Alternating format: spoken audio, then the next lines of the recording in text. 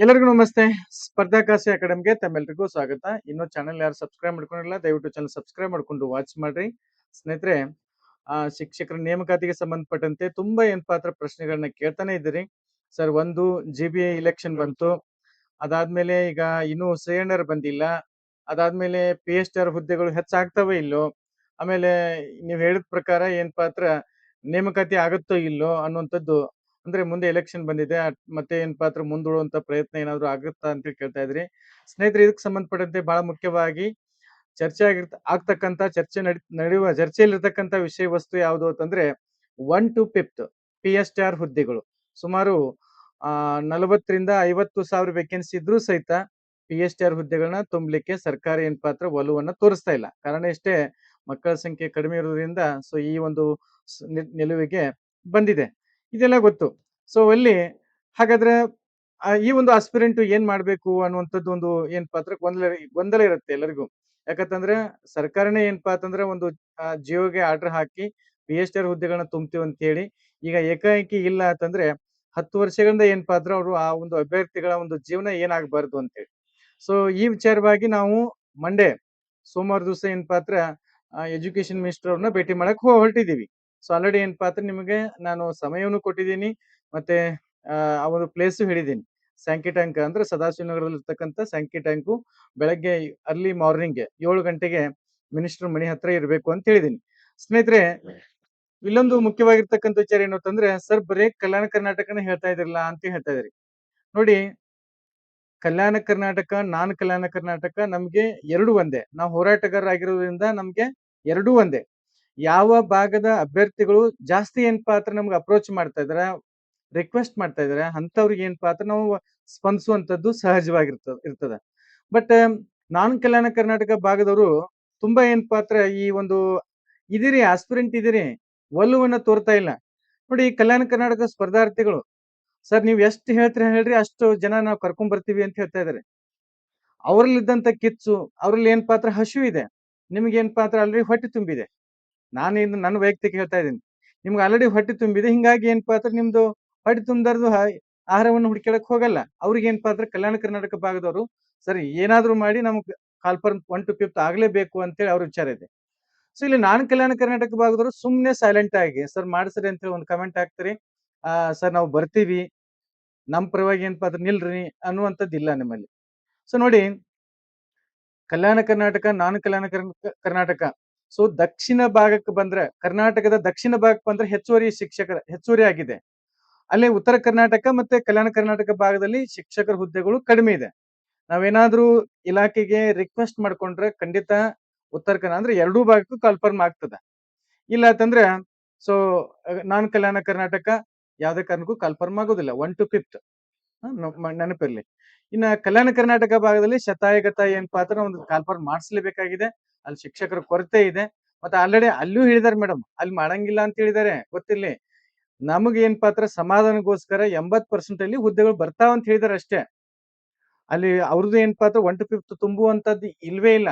But ನಾವು ಏನಾದ್ರು ಒತ್ತಡ ಹಾಕಿ, ಈಗ ಆಲ್ರೆಡಿ ಏನಪ್ಪಾ ಅಂದ್ರೆ ನಮ್ಮ ಸ್ನೇಹಿತರೆಲ್ಲ ಸ್ಟಾರ್ಟ್ ಮಾಡಿದ್ದಾರೆ. ಎಲ್ಲ MLCಗಳು, MLEಗಳು ನೋಡಿ, ಅವ್ರಲ್ಲಿ ಉತ್ಸಾಹ ಎಷ್ಟಿದೆ, ಆಸಕ್ತಿ ಎಷ್ಟಿದೆ. ಸರ್ ಆಗ್ಲೇಬೇಕು ಅಂತೇಳಿ ಕೂತಿದ್ದಾರೆ. ಪ್ರತಿದಿನ ಏನಿಲ್ಲ ಅಂದ್ರೂ ಒಂದು 60-70 ಕಾಲ ಅದೇ ಒಂದು ವಿಚಾರವಾಗಿ ಬರ್ತಾವ. ಹಾಗಾಗಿ ನಾವು ಹೋರಾಟ ಮಾಡಿದ್ರೆ, ಸೊ ಅಂಬೇಡ್ಕರ್ ಅವ್ರ ತತ್ವದಲ್ಲಿ ಸಂಘಟನೆ, ಹೋರಾಟ, ಪರಿಹಾರ. ಸೊ ಇದನ್ನೇನಾದ್ರೂ ನಾವು ಮಾಡಿದ್ರೆ ಖಂಡಿತ ಯಶಸ್ಸಂತೂ ಸಿಗತ್ತೆ. ನೋಡಿ, ನಾನ್ ಕಲ್ಯಾಣ ಕರ್ನಾಟಕ ಭಾಗದವರಿಗೂ ಹೇಳ್ತಾ ಇದ್ದೀನಿ, ದಯಮಾಡಿ ಸಾಕಷ್ಟು ಮಹಿಳಾ ಶಿಕ್ಷಕರು ಆಗ್ಬೇಕಂತ ಕನಸನ್ನ ಇಟ್ಕೊಂಡಿದ್ರಿ, ವಾಯಿಸಿದ್ರಿ.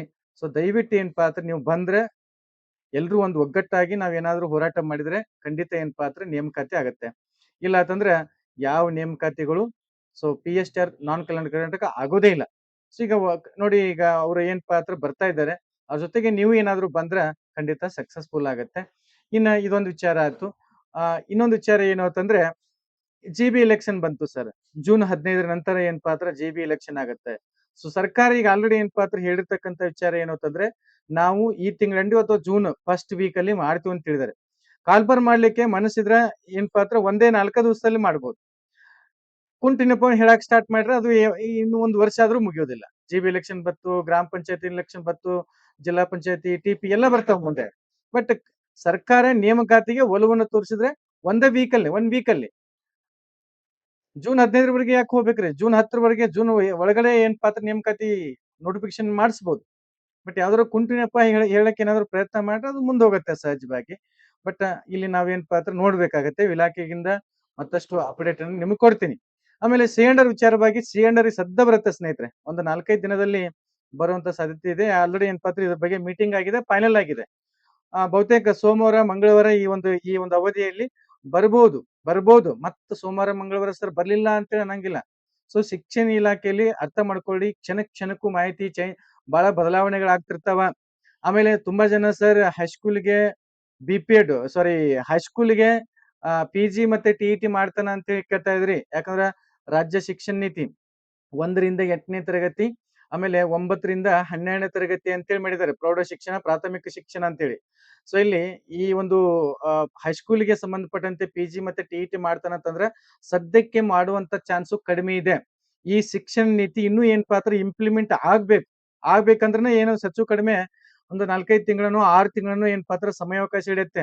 ಅಷ್ಟರಲ್ಲೇ ನೇಮಕಾತಿ ಮಾಡುವಂತ ಸಾಧ್ಯತೆ ಜಾಸ್ತಿ ಇದೆ. ಇದ್ರ ಬಗ್ಗೆ ನಾನು ಮತ್ತೆ ಏನಪ್ಪಾ ಅಂದ್ರೆ ಪ್ರತಿ ಕ್ಷಣಕ್ಕೂ ಇಲಾಖೆಗೆ ಹೋಗಿ ನಿಮಗೆ ಮಾಹಿತಿ ಕೊಡ್ತೀನಿ ಅದ್ರ ಬಗ್ಗೆ. So don't worry. ಇನ್ನು ಇದಾದ್ಮೇಲೆ ಹೇಳಿನಲ್ಲ, ಸೊ ನೇಮಕಾತಿಗೆ ಯಾವಾಗಲಾದ್ರೂ ಕ್ಷಣಗಣನೆ ಆರಂಭ ಆಗಿದೆ ಅಂತ ಹೇಳಿದೀನಿ. ಸೊ ದಯವಿಟ್ಟು ಎಲ್ರು ಏನಪ್ಪಾ ಅಂದ್ರೆ HSTR ಜಾಸ್ತಿ ಏನಪ್ಪಾ ಅಂದ್ರೆ ಕಾಲ್ಫರ್ಮ್ ಆಗ್ತಿದೆ. ಅದಾದ್ಮೇಲೆ GPT, ಆಮೇಲೆ PSTR. ಯಾರು PSTR ಕಾಲ್ಫರ್ಮ್ ಆಗ್ಬೇಕು ಅನ್ನೋರು ಇದೀರಿ, ದಯಮಾಡಿ ಏನಪ್ಪಾ ಅಂದ್ರೆ ಮನೆಯಿಂದ ಆಚೆ ಬನ್ನಿ. ಹೊರಗೆ ಏನಪ್ಪಾ ಅಂದ್ರೆ ಬಂದ್ರ ಸಕ್ಸಸ್ಫುಲ್ ಆಗುತ್ತೆ. ಹೌದಾ? ಸೊ ಆಮೇಲೆ ಈ ನಕಲಿ ಹೋರಾಟಗಾರರು, ಸ್ವಾರ್ಥತೆಯಿಂದ ಹೋರಾಟಗಾರರು ಇರ್ತಾರಲ್ಲ ಅಂತವ್ರಿಗೆ ಮಾತ್ರ ಯಾವುದೇ ಕಾರಣಕ್ಕೂ ಬೆಂಬಲ ಕೊಡ್ಬೇಡಿ. ಈಗ ನಾನು ಒಂದು ಉದ್ದೇಶವನ್ನ ಇಟ್ಕೊಂಡು ಹೋರಾಟ ಮಾಡೋದೇ ಬೇರೆ. ಸ್ವಾರ್ಥವನ್ನ ಇಟ್ಕೊಂಡು ಹೋರಾಟ ಮಾಡೋದೇ ಬೇರೆ. ಸೊ ತಾವೆಲ್ಲ 4 ವರ್ಷ ನೀವೇನ್ ಮಾಡಿರಿ ಅಂತಂದ್ರೆ ಶೈಕ್ಷಣಿಕ ಮನೋವಿಜ್ಞಾನ ಸೈಕಾಲಜಿಯನ್ನು ಓದಿರಿ. ನಿಮ್ಗೆಲ್ಲ ಗೊತ್ತಾಗತ್ತೆ ಯಾವ ವ್ಯಕ್ತಿ ಸ್ವಾರ್ಥ ಇದ್ದಾನೆ, ಯಾವ ವ್ಯಕ್ತಿ ಹಿಂದೆ ಒಂದು ಇಂಟೆನ್ಷನ್ ಇದೆ, ಯಾವ ವ್ಯಕ್ತಿ ಸಾಮಾಜಿಕ ಕಾಳಜಿಯನ್ನು ಹೊಂದಿದ್ದಾನೆ ಅಂತೇಳಿ. ಈಗೇನು ನೋಡ್ತಾ ಇದ್ದೇವಲ್ಲ ನಾವು, ನಿಮ್ಗೆ ಅರ್ಥ ಆಗಿರ್ಬೇಕು ಅನ್ಕೋತೀನಿ. ಹೌದಾ? ಸೊ ಸ್ವಾರ್ಥತೆಯ ವ್ಯಕ್ತಿತ್ವ ಬೆನ್ ಯಾವತ್ತೂ ನೀವು ಹತ್ತಬೇಡಿ. ಮತ್ತೆ ಮನುಷ್ಯನಲ್ಲಿ ಕಪಟತನ, ನೀಚತನ, ಒಳಗಡೆ ದುರ್ಬುದ್ಧಿ ಇವೆಲ್ಲ ಇರ್ತಾವಲ್ಲ, ಇವು ಬಾಳ ದಿವಸ ನಡೆಯಂಗಿಲ್ಲ. ಸೊ ಇವ್ ಆಚೆ ಏನಪ್ಪಾ ಅಂದ್ರ ವೇಗವಾಗಿ ಹೊರಗೆ ಬರ್ತಾವ. ಸೊ ಸದ್ಯ ನೀವೇ ಏನಪ್ಪಾ ಅಂದ್ರ ನೋಡಕ್ರಿ, ಸ್ವಾರ್ಥತೆಯನ್ನು ಇಟ್ಕೊಂಡವ್ರಿಗೆ ಯಾವುದೇ ಕಾರಣಕ್ಕೂ ಸಪೋರ್ಟ್ ಮಾಡಕ್ ಹೋಗ್ಬೇಡಿ ದಯವಿಟ್ಟು ಸ್ನೇಹಿತರೆ. ನೀವೆಲ್ಲ ಬುದ್ಧಿವಂತರಿದ್ದೀರಿ, ನನ್ನ ನೋಡ್ತೀರಿ, ಬೇರೊಬ್ರನ್ನು ನೋಡ್ತೀರಿ. ಸೈಕಾಲಜಿ ಏನ್ ಹೇಳತ್ತೆ ಅಂದ್ರೆ ಮಕ್ಕಳನ್ನ ಅಥವಾ ವ್ಯಕ್ತಿಯ ವ್ಯಕ್ತಿತ್ವನ ಅವನ ಮುಖ ನೋಡಿನೇ ಏನಪ್ಪಾ ಅಂದ್ರೆ ಹೇಳ್ಬೋದು. ಹೌದಾ? ನಿಮ್ಗೆಲ್ಲ ಸ್ಪಷ್ಟ ಚಿತ್ರಣ ಸಿಗತ್ತೆ ಯಾವ ವ್ಯಕ್ತಿ ಹೆಂಗಿದಾನೆ ಅನ್ನುವಂಥದ್ದು. ಹೌದಾ? ಸೊ ಇದನ್ನ ಅರ್ಥ ಮಾಡ್ಕೊಳ್ಳಿ. ಸೊ ಎಲ್ರು ಕೈಂಡ್ಲಿ ನಿಮ್ಗೆ ರಿಕ್ವೆಸ್ಟೆಡ್ ಏನು ಅಂತಂದ್ರೆ ಇದೊಂದು ಒಳ್ಳೆ ಅವಕಾಶ ಇದೆ. ಎಲ್ಲ ಬ್ಯಾಕಪ್ ಸ್ಕೋರ್ ಎಲ್ಲ ಹೋಗಿದೆ, ನೇಮಕಾತಿ ಆಗ್ತಿದೆ. 2 ಭಾಗಕ್ಕೆ ನೇಮಕಾತಿ ಆಗ್ಬೇಕು. ಕಲ್ಯಾಣ ಕರ್ನಾಟಕ, ನಾನ್ ಕಲ್ಯಾಣ ಕರ್ನಾಟಕ ಭಾಗಕ್ಕೆ ನೇಮಕಾತಿ ಎಲ್ಲ 3 ಕ್ಯಾಟಗರಿದಲ್ಲೂ ಆಗ್ಬೇಕು ಅನ್ನುವಂಥದ್ದಿದೆ.